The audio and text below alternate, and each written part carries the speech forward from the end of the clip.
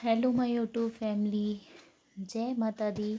कैसे हैं आप सभी? आशा करती हूँ कि आप सभी अच्छे होंगे और अपने घरों में स्वस्थ होंगे, सुरक्षित होंगे।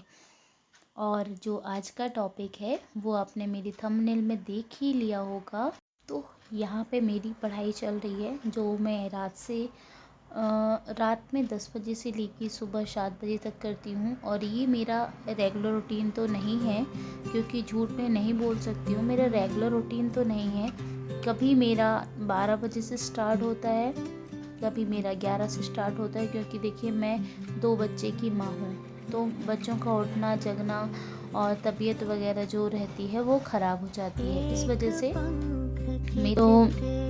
वजह से मैं रेगुलर नहीं हो पाती हूँ। तो कभी मैं दिन में पढ़ लेती हूँ, कभी रात में पढ़ लेती हूँ, पर मोस्टली मैं रात में पढ़ने की कोशिश करती हूँ, क्योंकि रात में क्या होता है, शांति रहती है, जिससे मेरी बहुत अच्छे से पढ़ाई होती है। और ये आज से नहीं, मैं कॉलेज के टाइम और स्कूल के टाइम पे भी रात में ही ज़्यादा पढ़ाई करती थी और मुझे अच्छा भी लगता था। तो यहाँ मेरी जो है वो पढ़ाई होने के बाद क्या होता है, मैं 7 बजे सुबह कोचिंग लगाती हूँ बच्चों की। इसमें अभी कम बच्चे हैं। इसमें क्या होता है कि first year second year final के बच्चे आते हैं जो कि गवर्नमेंट जॉब के लिए तैयारी कर रहे हैं, और उनका मैंने फॉर्म भी भर पाया है। तो वो सुबह बच्चे आते हैं, तो मैं सीधे से, जब मैं पढ़ाई करने के बाद क्या है 7 बजे ही, जैसे मैं, तो आजकल क्या होता है 10-15 मिनट पहले मैं उठ जाती हूँ पढ़ाई से, अपना फ्रेश व्रेश होती हूँ और ब्रश व्रश करके, और सुबह शहद और पानी पी कर सीधे मैं बच्चों को पढ़ाने चली जाती हूँ। इसलिए आप देख सकते हैं मेरी जो हालत है वो ज़्यादा सही नहीं है, क्योंकि मुझे इतना टाइम नहीं रहता कि मैं साड़ी में पिन लगाऊँ या तैयार हूँ। तो मैं नॉर्मल ही जैसे रहती हूँ वैसे चली जाती हूँ, क्योंकि आपकी शक्ल, आपकी सूरत और आपकी सुंदरता इतनी मायने नहीं रखती जितना आपका व्यवहार और आपकी शिक्षा मायने रखती है, और वो भी अच्छी शिक्षा।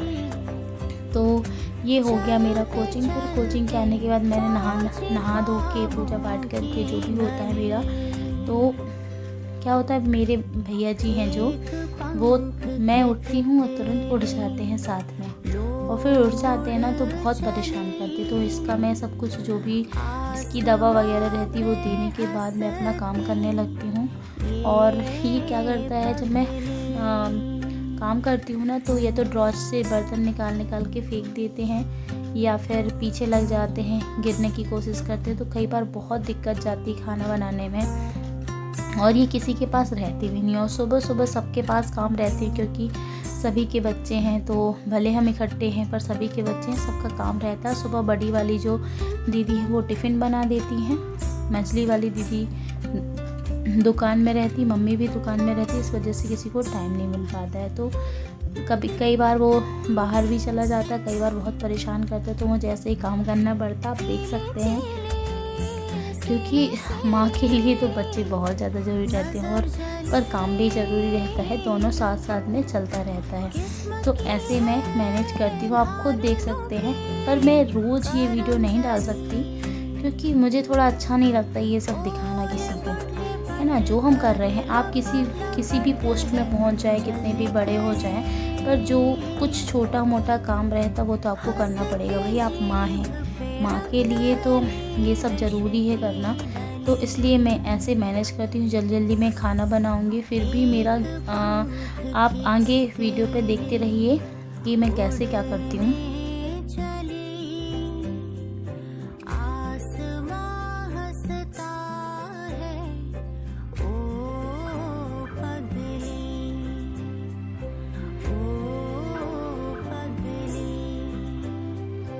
यहाँ पे मेरा बेटा ज़्यादा ही परेशान कर रहा था, तो मैंने उसको नीचे बिठाल के कुछ सामान दे दिया था, जिससे वो नीचे बैठा रहे और मैं जल्दी काम कर लूँ, क्योंकि मुझे इसके बाद आन्या को तैयार भी करना था, टाइम भी हो रहा था।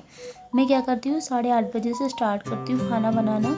उसमें भी बीच में भैया की देखभाल करना, उस टाइम उसकी सुसु हो जाएगा, पॉटी हो जाएगा। तो यहाँ पे मैंने सब्जी सब कंप्लीट करके और आधी रोटी सेक के छोड़ दिया मैंने। फिर यहाँ पे आने का स्कूल का टाइम हो गया था, बहुत ज़्यादा हो गया था, 10:30 बज गए थे, इसलिए मुझे जल्दी करना था। और आन्या क्या रहती है, बहुत ज़्यादा नौटंकी करती है, उसको संभालना तो सच में इसको भी बहुत मुश्किल है। मतलब अभी इस टाइम पे मेरे दोनों बच्चे बहुत ज़्यादा छोटे होने की हरकत करते, एक तो छोटा है और उसके साथ साथ मेरी आने भी परेशान करती है। तो यहाँ पे आप देख सकते हैं मैं उसको नहलाने गई हूँ, इसको थोड़ा सा मैंने पलंग में बिठा के दिया, ये गिरने की कोशिश कर रहा है। और थोड़ा भी आप आँखों से ओझल किए ना, वो देखिए पूरा पलंग से नीचे लटक गया था और हम लोग बहुत डर गए थे कि सिर के अंदर गिर ना जाए। तो आप देख सकते हैं मैं कैसे मैनेज करती हूँ उसके साथ। और यहाँ पे आने को लग रही है ठंड, तो आने रो रही है।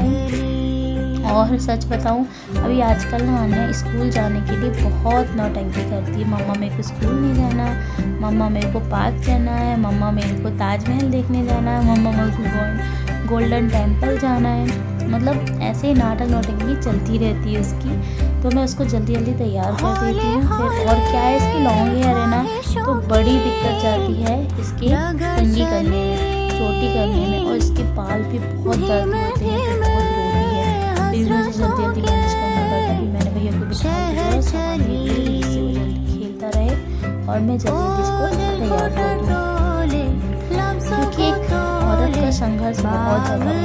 ऐसा नहीं है कि पैसा नहीं है इसलिए संघर्ष होता है, पैसे रहते हुए भी लोगों को संघर्ष करना रहता है। आज मुझे पैसे की कोई कमी नहीं है, कोई मुझे फोर्स नहीं कर रहा है कि तुम ये काम करो, तुम वो काम करो। ये जो भी मैं अपना काम कर रही हूँ अपने मन से कर रही हूँ, किसी का फोर्स नहीं है कि मुझे पैसे की कमी है इसलिए मैं ऐसा कर रही हूँ। नहीं, मुझे अच्छा लगता है इसलिए मैं ये सब करती हूँ।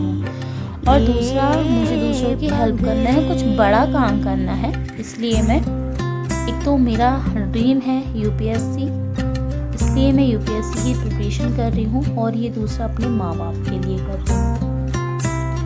और रही बात लोगों की हेल्प करना, तो ये मेरी स्वेच्छा है, मेरे मन में, मेरे दिल में जो आता है मैं वो करती हूँ। बस यही है, कोई मुझे रोकता टोकता नहीं है।